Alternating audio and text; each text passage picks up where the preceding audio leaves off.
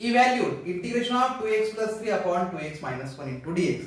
बघा आता या ठिकाणी आपल्याला काय करायचं आहे, 2x + 3 अपॉन 2x - 1 म्हणजे डिवाइड करायचं का डिवाइड अजिबात करायचं नाही. आपल्याला काय करायचं बघा, एकदम सिंपल लॉजिक आहे.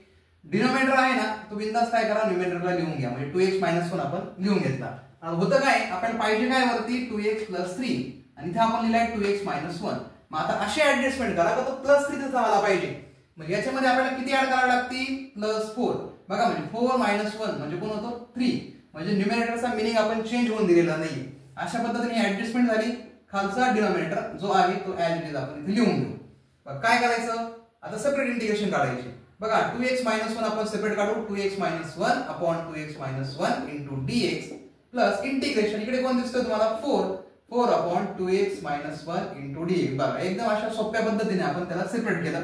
काय करा, 2x - 1 2x - 1 will get cancel. Integration of dx plus इथला 4 कॉमन काढून घ्या. म्हणजे इथं कोण झालं 1 अपॉन 2x - 1 * dx. बघा dx चा integration x plus 4 as it is. तुमच्याकडे 1 अपॉन x चा इंटिग्रेशन आपल्याकडे असतो log x. पण आता इथे टर्म काय आहे 1 अपॉन 2x - 1 म्हणजे टर्म काय होईल log 2x - 1. पण या टर्म मध्ये विषय कसा होतो लक्षात ठेवा, 2x - 1 x ला जो काही कोएफिशियंट आहे तो डिवाइड करा. म्हणून तो डिवाइडला आपण तो लावून दिला. म्हणजे काय होईल 2 * 1 = 2 2 2 = 4 म्हणजे x + 2 log 2x - 1 + c. अशा पद्धतीने हे एक्झाम्पल